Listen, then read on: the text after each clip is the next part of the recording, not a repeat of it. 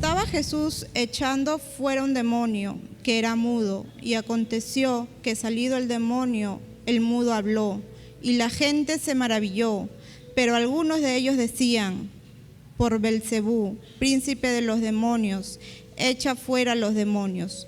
Otros, para tentarle, le pedían señal del cielo, mas él, conociendo los pensamientos de ellos, les dijo: todo reino dividido contra sí mismo es asolado, y una casa dividida contra sí misma cae. Y si también Satanás está dividido contra sí mismo, ¿cómo permanecerá su reino? Ya que decís que por Belcebú echo yo fuera los demonios, pues sí, yo echo fuera los demonios por Belcebú. Vuestros hijos, ¿por quién los echan? Por tanto, ellos serán vuestros jueces. Mas si por el dedo de Dios echo yo fuera los demonios, ciertamente el reino de Dios ha llegado a vosotros. Cuando el hombre fuerte, armado, guarda su palacio, en paz está lo que posee. Pero cuando viene otro más fuerte que él y le vence, le quita todas sus armas en que confiaba y reparte el botín.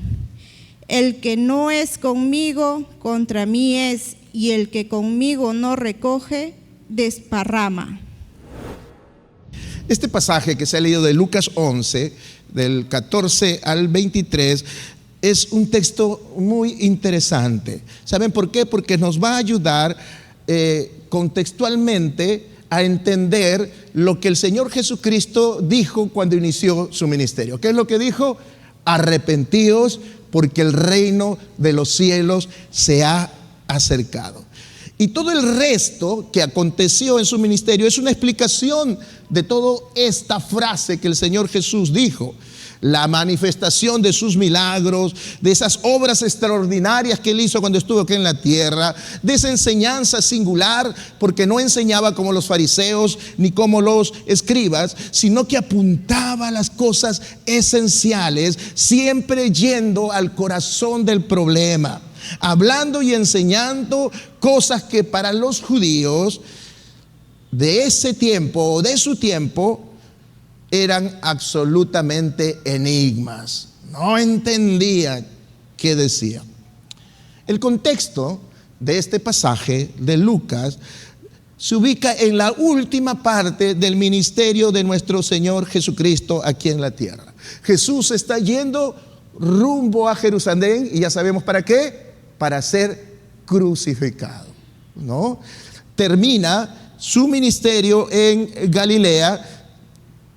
Para los que estudian ETE, es interesante esto porque ellos marcan su Biblia en cuanto a su ministerio. Lucas capítulo 9, verso 50, termina, y si no lo tienen marcado esto, marquen los que estudian ETE, Lucas 9, 50, termina su ministerio en Galilea.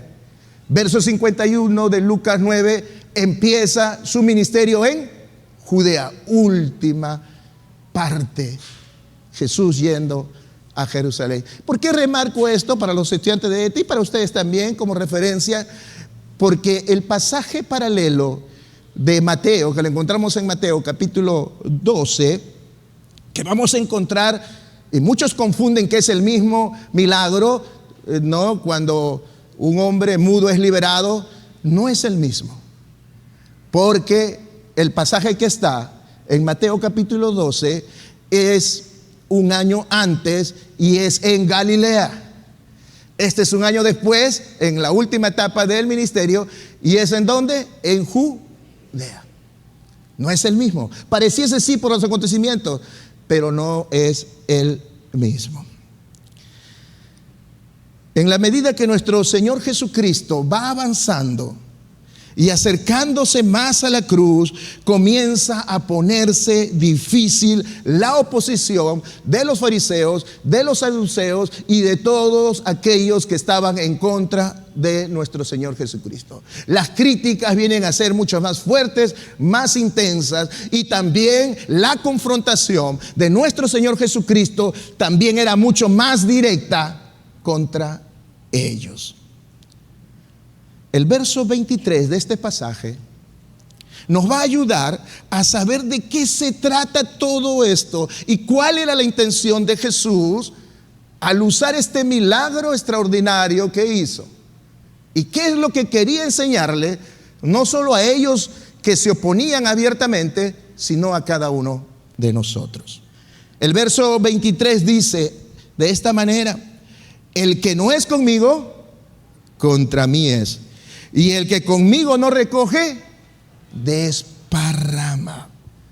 Este último verso, que es la parte concluyente de todo este episodio, es muy importante porque nos va a ayudar a centrarnos en el mensaje principal que el Señor Jesús quería dejarles a ellos, pero también a nosotros. Y eso tiene que estar muy claro, porque es muy claro el Señor.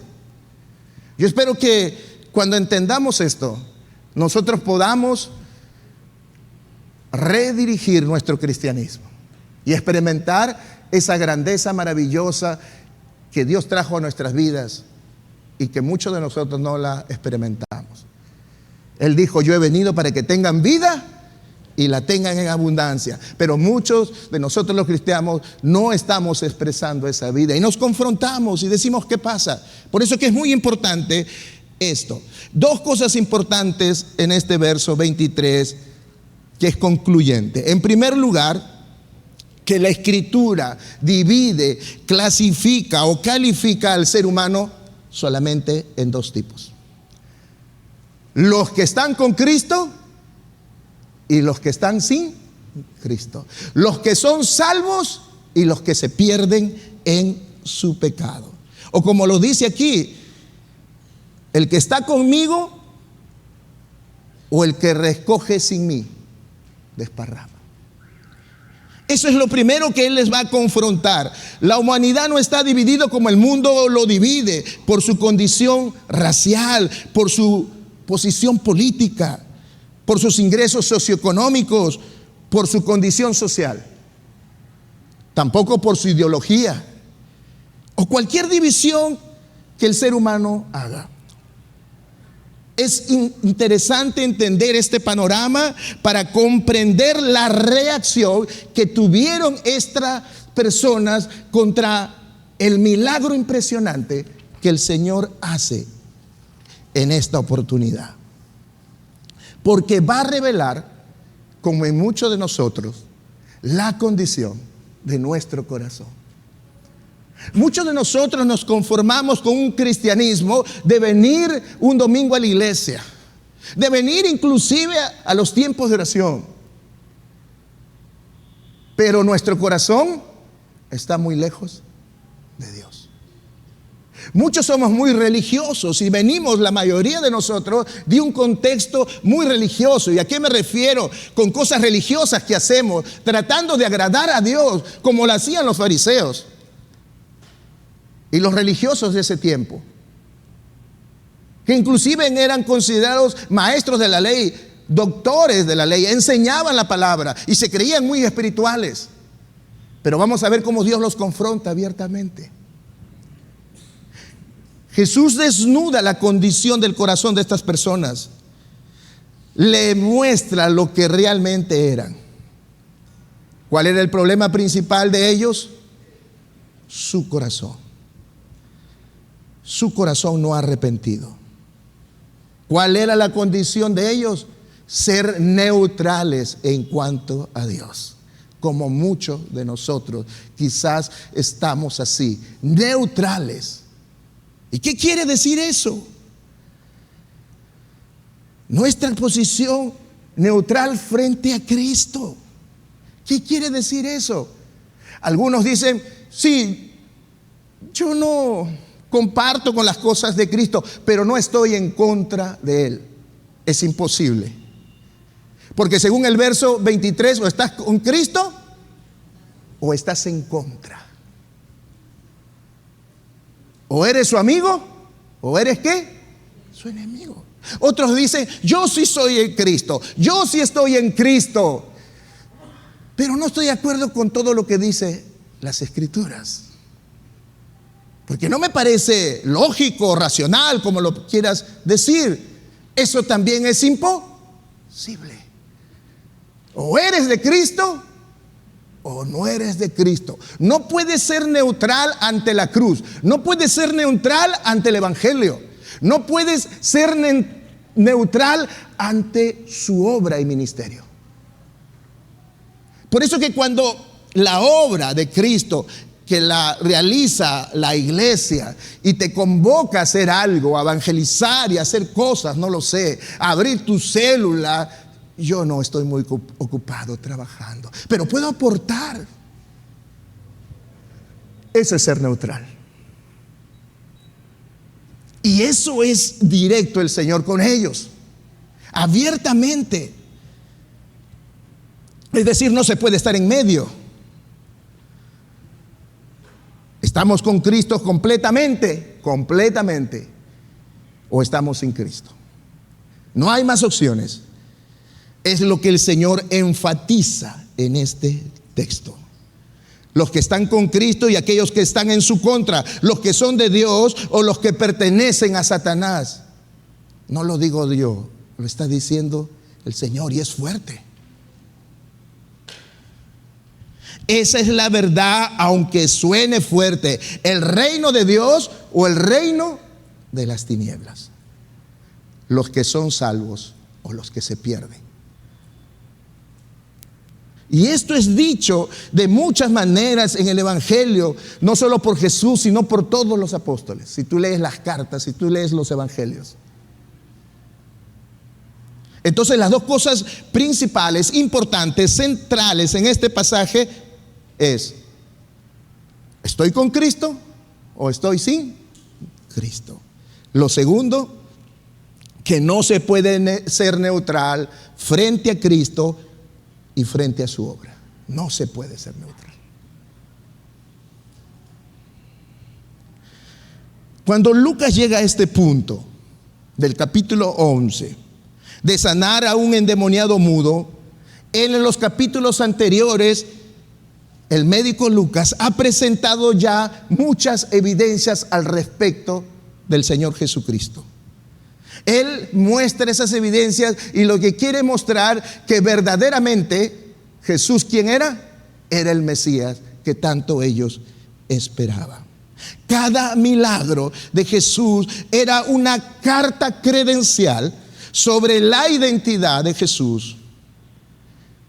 Lucas muestra, por ejemplo, que nuestro Señor Jesucristo tiene autoridad y poder sobre la enfermedad, sobre la naturaleza, sobre la muerte y sobre el mundo espiritual de maldad. Nunca lo olvides.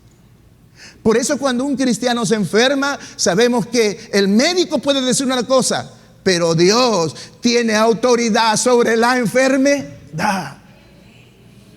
Y eso tienes que entenderlo, no solo creerlo o entenderlo. Hablaba el domingo pasado contigo y te decía que un hijo de Dios no pasa necesidad. Es decir, porque Dios dice que no hay justo desamparado, ni su descendencia, ni sus hijos mendiguen. Pero no solo tengo que entenderlo, tengo que creerlo. Y cuando lo creo, lo vivo. Porque sin fe es imposible agradar a Dios. Por eso es que hay muchos cristianos que no experimentamos la bendición y la gracia de Dios, el poder y la autoridad de Cristo en nuestras vidas sobre la enfermedad, sobre la naturaleza, sobre la muerte y sobre el mundo espiritual de maldad. Por eso Jesús a sus discípulos les dijo: en estos conocerán quiénes son mis verdaderos discípulos. Orarán por los enfermos y se sanará. Poder sobre la enfermedad, pero también poder sobre la naturaleza. ¿Se acuerdan cuando sus discípulos estaban casi ahogándose en la barca? Y Jesús estaba bien dormido y quizás hasta roncando porque era 100% hombre, pero también 100% Dios. Jesús, no tienes cuidado que nos morimos. Yo imagino esa escena, Jesús, ay, estaba durmiendo rico. Ay, ¿qué pasa? y solamente levanta su mano y ordena. ¿Y ellos qué dicen? ¿Quién es este que ordena a la naturaleza y le obedece? Es que Jesús tenía autoridad y poder sobre la naturaleza, sobre la muerte. ¿A cuántos muertos resucitó? 4 días de muerto y estaba hediendo, dice. Qué maravilloso. Pero también sobre el mundo espiritual de maldad, esos espíritus inmundos que esclavizan a nuestra familia, a nuestros seres queridos con alcohol, drogas, depresión, temores y tantas cosas que no es otra cosa que espíritus inmundos que están esclavizando la vida del ser humano. Todas estas cosas que Jesús hizo eran evidencias irrefutables de ¿qué? Que Él era el Mesías, que Él era el Hijo de Dios. Pero estos hombres no quisieron creer en la evidencia. No quisieron creer en todo lo que los profetas del Antiguo Testamento habían dicho del Mesías y que se estaba cumpliendo con Jesús. Se cerraron a las evidencias y ellos dijeron: no, Él no es el Mesías, Él es un impostor, Él es un mentiroso, hay que crucificarle. Los guías espirituales de la época. Y así como dije al comienzo, a medida en que se acercaba más Cristo a Jerusalén, más crecía también la oposición, el rechazo, la confrontación a nuestro Señor Jesucristo. Y Él también los confrontaba abiertamente. Verso 29 del mismo capítulo 11. Mira lo que dice. Mira cuánto más directo es el Señor. Ya no por medio de enseñanzas, de ilustraciones para hacerle entender la dureza de su corazón. No, mira cómo ahora también le responde. Verso 29. Y apiñándose las multitudes comenzó a decir: esta generación es mala y demanda señal. De frente. Ellos son malos. Directo. Sin anestesia, como dice algunos, ¿no? Verso 42 al 52. Pero leamos del verso 45. Respondiendo uno de los intérpretes de la ley, le dijo: maestro, cuando dices eso también nos afrentas a nosotros. Y él dijo: ay de vosotros, intérpretes de la ley, porque cargáis a los hombres con cargas que no pueden llevar, pero vosotros ni aún con el dedo las tocáis. Ay de vosotros que edificáis los sepulcros de los profetas, a quienes mataron sus padres. Directo. Asesinos religiosos que a los otros, a los nuevitos de la fe, le ponen cargas tan pesadas que ustedes ni con un dedo levantan. Exigen a otros lo que ustedes no hacen. Fuerte, ¿verdad? Ese pasaje comienza con los famosos ayes. Ay de vosotros, y dándole directo a la yugular, como decimos. Capítulo 12, verso 1. En esto, juntándose por millares la multitud, tantos que unos a otros se atropellaban, comenzó a decir a sus discípulos: primeramente guardaos de la levadura de los fariseos, que es la hipocresía. Y ahí estaban los fariseos. Y el Señor diciendo en voz alta a sus discípulos: guardaos de la levadura de estos fariseos. Porque son, ¿qué le dice? Hipócritas, de frente. Ya la oposición era fuerte y él también era directo. Entonces veamos 3 cosas importantes en este sermón que he titulado El poder y la autoridad de Jesús. Aquí es como un juicio, si hay abogados es como un juicio. Jesús ante el tribunal de estos hombres. Y 3 cosas vamos a ver aquí en este pasaje. Primero, la evidencia, porque no puede haber juicio si no hay evidencia. En segundo lugar, vamos a ver el juicio, es decir, la determinación que tomaron estos hombres en relación a lo que estaban viendo, a la evidencia. Y en tercer lugar, vamos a ver el argumento, que tiene que ver con la reacción de Jesús frente a la reacción de estos hombres. Vamos con lo primero, verso 14. Versículo 14 de Lucas 11. La evidencia, es decir, el milagro. ¿Cuál era el milagro? ¿Cuál era el milagro que había acontecido? Dios había liberado a un hombre de un demonio que hacía que este hombre esté mudo, no hablara. Vemos que Jesús con sus discípulos constantemente hacía milagros parecidos cuando andaba con los apóstoles. Pero la singularidad de este milagro tiene que ver con la argumentación que se comienza a dar de este acontecimiento, porque aquí ya Jesús está en un juicio delante de ellos.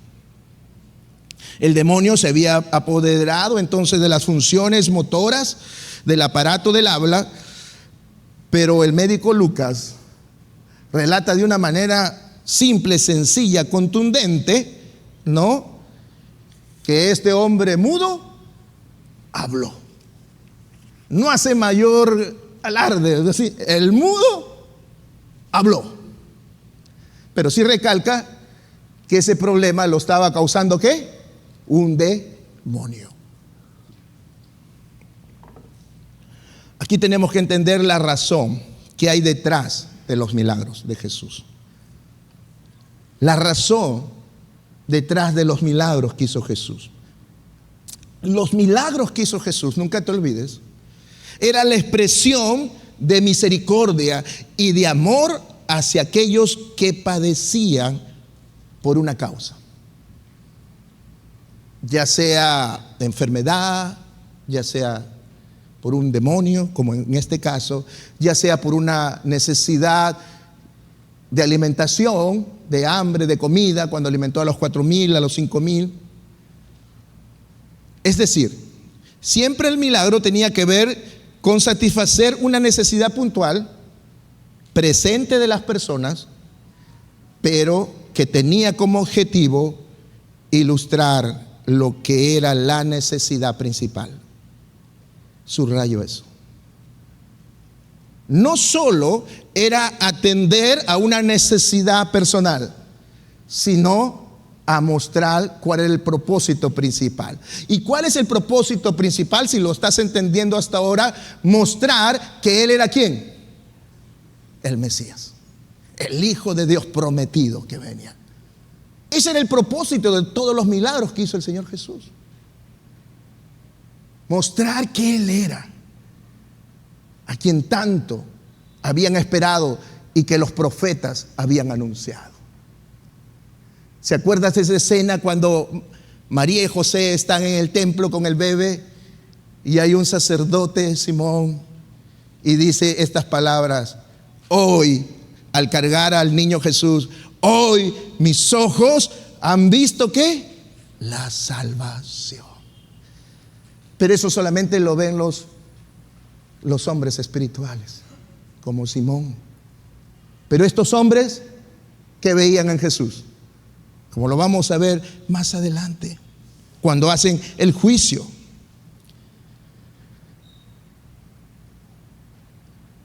Y con esto Dios los estaba confrontando a que ellos no podían ser neutrales. Como lo hemos dicho en la introducción. ¿Qué vas a hacer? ¿Qué decisión vas a tomar con todas estas evidencias que te muestro? Irrefutable que yo soy el Mesías. Aceptarles, humillarse y arrepentirse y decir: tú eres el Salvador. O negarle y decir: crucifíquenle, impostor, mentiroso. Cegarse a la evidencia. Yo me quedo sorprendido cuando vienen muchas personas a la iglesia con problemas complicados, desahuciados, implorando la misericordia de Dios. ¿Y saben por qué yo me quedo impresionado? Porque Dios obra de una manera impresionante, milagrosa. Los médicos se sorprenden. Pero cuando reciben su milagro, ¿qué pasa con ellos? No regresan, como a veces decimos, ni por el vuelto. Pero en ese momento de crisis, de situación extrema, prometen todo. Si Dios me hace este milagro, pastor, yo le sirvo, y después están nuevamente en el mundo con sus cosas. El Señor Jesucristo, dice Juan, vino a destruir las obras del diablo. Y eso era lo otro que mostraba toda la evidencia, que Él vino a destruir las obras del diablo. El diablo vino a hurtar, matar y destruir. Vino a esclavizar. Como hay muchas personas y familias esclavizadas por el pecado, esclavizadas por los vicios, esclavizadas de una manera terrible, tremenda. Es triste ver a una madre sufriendo porque su hijo está años en droga y no puede salir de ello. Obra del enemigo. Pero Jesús vino ¿a qué? A salvar y a destruir las obras del diablo. Y lo hacía, y esa evidencia era irrefutable. Pero estos hombres, cegados. Y Dios confrontando, no puedes ser neutral ante esta situación, decídete, ¿conmigo o sin mí? En el verso 23, ¿qué decía? El que no es conmigo, contra mí es. Y el que conmigo no recoge, desparrama. Frontal. ¿Cómo estás viviendo tu cristianismo? ¿Con Dios o sin Dios? Y ya estás entendiendo hasta aquí. No es que conozcas la palabra como ellos la conocían y la enseñaban, sino una vida rendida a Cristo, corazón rendido a Cristo. Lo segundo, vamos a lo segundo. Ahí está la evidencia, el milagro. Era palpable. Nadie se podía negar a eso. Pero viene lo segundo, el juicio. El poder, la autoridad del Señor Jesucristo sobre el mundo espiritual de maldad era notoria, como hemos visto. Pero ellos eso lo interpretan, o mejor dicho, lo reinterpretan. Y al ver esa evidencia categórica, más bien se ponen en contra de Jesús y lanzan una acusación terrible. Blasfeman, diciendo: tú liberas y sacas estos demonios y haces todos esos milagros impresionantes que hemos visto. Les dice, ¿por el poder de quién le dice? De Belzebú, príncipe de las tinieblas. Miren su juicio ante la evidencia. Y hay tres cosas interesantes aquí en cuanto al juicio. Hay tres reacciones importantes. Al final del verso 14 encontramos la primera. Y dice ahí, la gente se maravilló. Primera reacción. Quedó asombrada. El verso 15 nos muestra la otra reacción. Pero algunos de ellos decían: por Belzebú, príncipe de los demonios, echa fuera demonios. Esa era la segunda reacción, quizás de otro grupo de personas. Y el verso 16 nos muestra una tercera reacción. Y dice: y otros para tentarles le pedían señal del, como decir, estoy a punto de creerte, pero me falta un poquitito. ¿Puedes hacer más señales del cielo? Pero lo hacían no por querer entender, sino, dice el pasaje claro, para es decir, estaban revelando su corazón, que rechazaba abiertamente el mensaje de Dios y la obra de Dios. Blasfemaron. Los enemigos de Cristo no pueden negar la realidad, porque eran enemigos de Cristo. No podían negar la realidad que el Señor Jesucristo es poderoso y su obra es poderosa, que ni aún los demonios le pueden resistir. Entonces tratan de desacreditar, no la evidencia, porque la evidencia por sí solo hablaba. Tratan de desacreditar la fuente, es decir, quién lo estaba haciendo o por qué poder lo estaba haciendo. Es que tú lo haces por el poder del mismo Satanás. ¿Qué demostraban ellos con eso? Incredulidad absoluta. Por lo tanto, se pusieron bajo la ira de Dios. Eso es lo que Mateo capítulo 12 del verso 22 al 30 llama el pecado imperdonable. ¿Cuál es el pecado imperdonable? El estar cegado y ante la evidencia, no, aceptar a Cristo, no, yo tengo mi religión, no. Aunque ves milagros, aunque ves que le sanaron a tu padre, a tu madre, dices, no.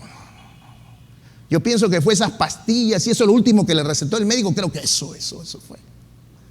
¿Qué es eso? Incredulidad total ante la evidencia. Romanos capítulo 1. Habiendo conocido a Dios, no le glorificaron como a Dios. Ese mismo pasaje dice que Dios, a pesar que se reveló por medio de todo lo que hizo, por medio de todo lo que ha creado, no le glorificaron como a Dios, sino se envanecieron en sus razonamientos y su necio corazón fue entenebrecido. Profesando ser sabios, se hicieron necios. Más bien dando la gloria a la creación, es decir, a lo que Dios hizo, que al Creador. Y en muchos países adoran hasta los animales. La vaca es sagrada. En otros países hay un palacio y las ratas son sagradas. Y viven como reyes. Y la gente se muere de hambre. Y ahí están las vacas gordas. Y los niños se mueren de hambre. Pero no se pueden tocar a la vaca porque es sagrada.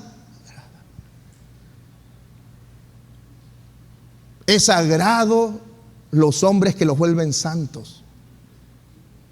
Hasta hombres paganos son santos. Terrible. Terrible la dureza y la incredulidad de los hombres.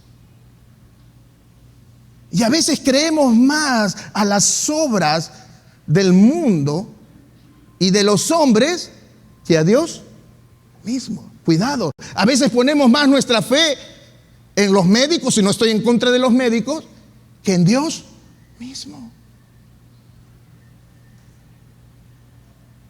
La incredulidad siempre es el pecado imperdonable, porque es la rebelión contra la evidencia del obrar del Espíritu Santo. ¿Quién es el que sana? El Espíritu Santo. ¿Quién es el que salva? El Espíritu Santo. ¿Acaso no dice que el Espíritu Santo convence de pecado, justicia y juicio?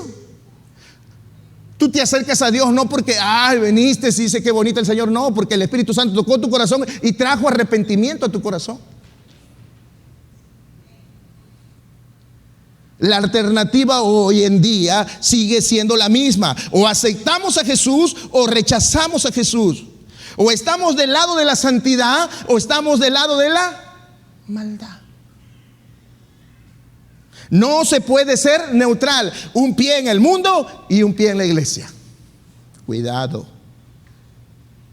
porque si es así, Dios dice, te vomitaré de mi boca. O eres frío o eres caliente. Y los hijos de Dios son ¿qué? Calientes. ¿Cuántos dicen amén? Calientes. Morir a la carne. He muerto a la carne por la cruz. Muerto, ¿qué es muerto? Un muerto, yo te digo, te puede tentar. Un muerto te puede seducir. Pero siempre digo, los cristianos lo primero que hacen es resucitar muertos. Aprenden algo milagroso, resucitan su carne, que está muerta. Primera de Juan capítulo 5. El tiempo nos está ganando y ya tengo que ir cerrando, me quedan 6 minutos, tengo que cerrar con el último punto. Primera de Juan, este pasaje es muy maravilloso. 5, Primera de Juan 5, versos 10 al 12. Mira lo que dice el apóstol Juan al respecto. El que cree en el Hijo, este es contundente. Juan es contundente. ¿Y por qué es contundente? Porque tuvo un maestro contundente, como lo estamos viendo aquí, confrontando abiertamente. Dice el apóstol Juan, el que cree en el Hijo de Dios tiene el testimonio en sí mismo. El que no cree a Dios le ha hecho mentiroso, porque no ha creído en el testimonio que Dios ha dado acerca de su Hijo. Pero mira lo que sigue diciendo. Y este es el testimonio, que Dios ha dado vida eterna. Dios ha dado vida eterna. ¿Y esa vida está en quién? ¿En Santa Rosa de Lima? ¿En el Papa? ¿En Chicho? ¿En María? Sí, te ríes porque te has encomendado a Chicho, seguro. No, estoy bromeando. Estoy bromeando. Y ese testimonio que Dios nos ha dado vida eterna, y esta vida está en su, ¿quién es su Hijo? Jesucristo. Y mira lo que dice el verso 12, cierra de una manera contundente. El que tiene al Hijo tiene la vida. El que no tiene al Hijo no tiene la vida. ¿Cuántos tienen a Jesucristo como su Señor y Salvador? Tienen la vida. Vida eterna.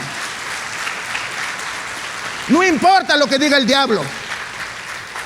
No importa lo que el diablo pueda hacer con tu vida, tocar tu cuerpo. Ese cuerpo es terrenal, pero nuestra alma y nuestro espíritu son eternas. Esa no la puede tocar el diablo. Por eso que a Job le dijo, tócale todo lo que quieras, quítale todo su dinero, toca su cuerpo si quieres, pero lo que nunca te voy a permitir es que toque su vida, porque su vida me pertenece a mí. Así que no tengas miedo cuando el diablo te susurre tu mente y te diga, te voy a hacer caer. Si mañana te mueres, te vas al infierno. Si eres hijo de Dios, el que tiene al Hijo tiene la vida, punto. Dile, diablo mentiroso, tengo la vida y un día estaré con Él y Dios me recibirá diciendo, buen siervo fiel, en lo poco has sido fiel, en lo mucho te pondré, entra en el gozo de tu Señor.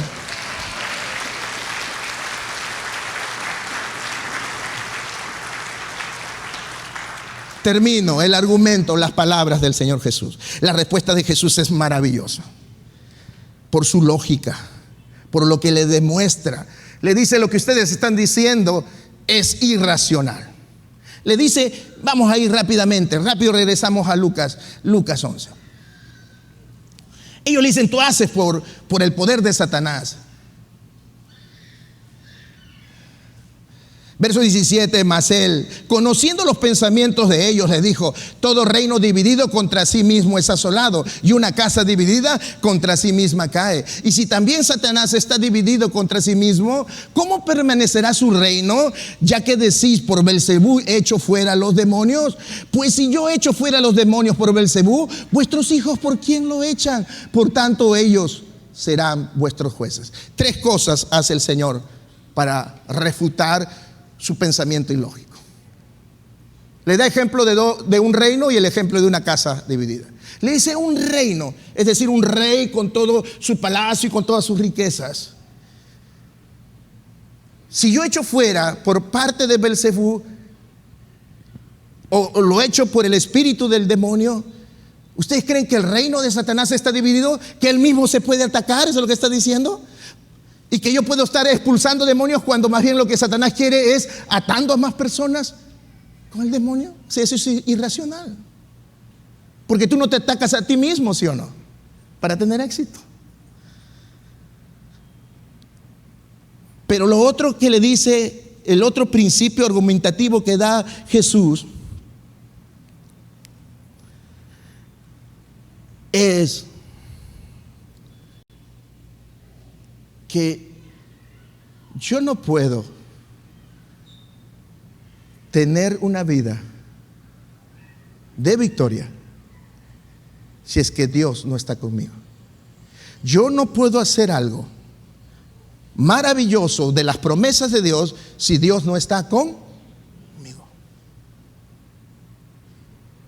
Porque a cuánto dice, ¿y sus hijos por qué lo hace? ¿Y a qué se refiere eso? Porque ellos tenían un grupo de exorcistas, que en Hechos de los Apóstoles también le llaman exorcistas ambulantes. Quizás ha salido de la escena, que miraron a Pablo y estaban así pendientes de las formas, de las maneras, y veían cómo Pablo liberaba, el apóstol Pablo, y en el nombre de Jesús, creo que ahí está el secreto, porque ellos no podían liberar a nadie. ¿Por qué? Porque no tenían el poder de Dios. Entonces estaban mirando cuando veían a alguien que lo podía hacer. Y esa historia es un poco graciosa y anecdótica, ¿no? Porque comienzan a mirar a Pablo y comienzan a hacerlo, y los demonios, los que conocemos la historia, se comenzaron a burlar de ellos. Le dijeron, mira, a Pablo le conozco, hombre que tiene el poder de Dios, pero ustedes, y dice que los devolvió desnudos y bien golpeados. A esos hijos se referían, que tenían un grupo de exorcistas, y le dice, ¿y ellos por qué lo hacen? ¿Con qué poder lo hacen? Porque le estaba confrontando que ellos no podían liberar a nadie. Pero ahora veían que Jesús, que sí tenía el poder de Dios, y liberaba y expulsaba, y lo estaban acusando. Ellos decían, si le decimos por el poder de Dios, no, es ilógico, porque no están liberando a nadie. Ni a sus propios perros le pueden liberar. Pero a Jesús, pero si decimos que Jesús lo hace por el poder de Dios, tenemos que reconocer que Él es el Mesías.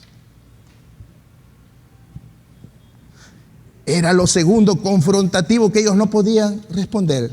Y finalmente, y en tercer lugar, para ir cerrando, lo más contundente, verso 19. Pues si yo echo fuera demonios por Belzebú, vuestros hijos, ¿por quién los echan? Por tanto, ellos serán vuestros jueces. Mas si por el dedo de Dios echo yo fuera los demonios, ciertamente el reino de Dios ha llegado.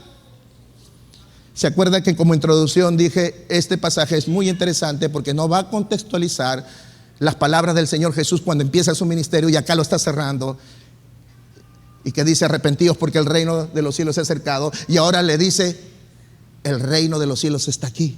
Es decir, que Él era el Cristo, el Mesías. Y Él les muestra en tercer lugar su problema espiritual de fondo: ceguera espiritual, dureza del corazón. Y eso nos pasa a todos nosotros. Si le damos apertura al pecado, nos ciega. Y creemos que estamos siendo bien, que estamos viviendo bien, pero estamos lejos de Dios. Y Él estaba demostrando que lo que Él hacía era por el poder de Dios. Verso 21 al 23, terminamos, ya se me acabó el tiempo. Cuando el hombre fuerte armado guarda su palacio, en paz está lo que posee. Pero cuando viene otro más fuerte que él y le vence y le quita todas sus armas en que confiaba y reparte el botín, el que no es conmigo, contra mí es. El que conmigo no recoge, desparrado. Mira lo que dice, presta atención al verso 21. Cuando el hombre fuerte armado, mira estas dos ilustraciones que hace, guarda su palacio, en paz está lo que subraya eso, lo que posee. ¿De quién está hablando acá el hombre fuerte? ¿Quién es? El diablo. Porque viene otro más fuerte. Si fuera Jesús, ¿que hay otro más fuerte que Jesús? No, está hablando el diablo, que está en su palacio, pero dice algo interesante. Dice algo interesante. Está en su palacio en paz está lo que posee. ¿Qué es lo que posee el diablo? Almas, vidas atadas, esclavizadas. El diablo no se quiere ir solo al infierno, quiere llevarse a muchas personas y le miente con el pecado para esclavizarle. Jesús tenía que morir para descender al infierno y robarle o quitarle las llaves de la muerte a quien lo tenía. Dice otro pasaje, que era el príncipe de las tinieblas. Quitarle la llave porque Dios estaba prometiendo vida eterna, pero si el carcelero de la muerte era Satanás, tenía que quitarle la llave. Entonces dice que en este pasaje que vino uno más fuerte y que lo despoja, es decir, Cristo es mucho más poderoso que Satanás y todas sus huestes espirituales. y le despoja y le quita todas sus armas. Pero el botín, y ya entendemos cuál es el botín, armas. Y por eso que tú y yo, en una oportunidad, estábamos atados en las tinieblas. Pero ¿qué hizo Dios? Le arrebató el botín, rescató tu vida y la mía, y nos dio vida y vida en abundancia. Rompió las cadenas que no ataba. Pero hay muchos que están atados aún y necesitan rendirse a Dios de todo corazón.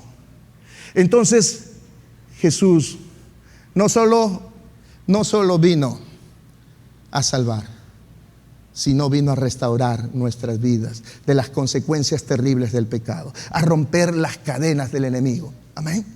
Dios lo va a hacer.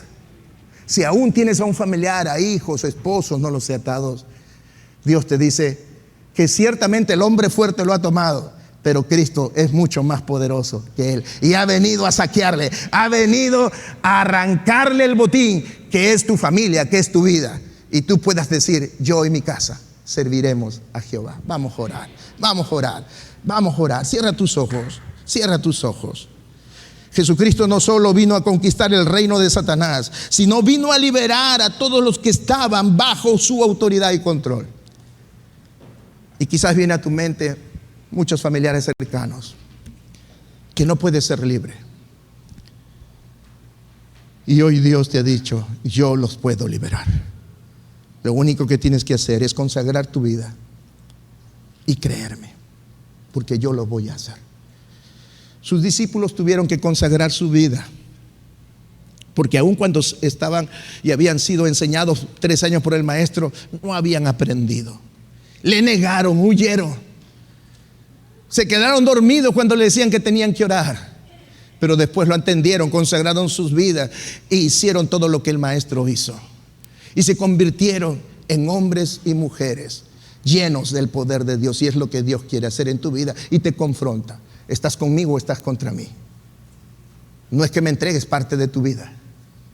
No es que vivas parte de tu vida en santidad y la otra no la rindes a mí, no. El que es conmigo, o estás conmigo o desparramas sin mí. Dios nos está llamando a sus hijos, si eres hijo de Dios, a consagrar nuestras vidas. Pero también está llamando a aquellos que todavía no han tomado la decisión, están con muchas cosas en su mente, diciendo cuál es el camino, qué es lo que tengo que hacer. Y Dios te dice: yo soy el camino, yo soy la verdad y yo soy la vida. Y Dios te invita a aceptarle como su único Señor y Salvador.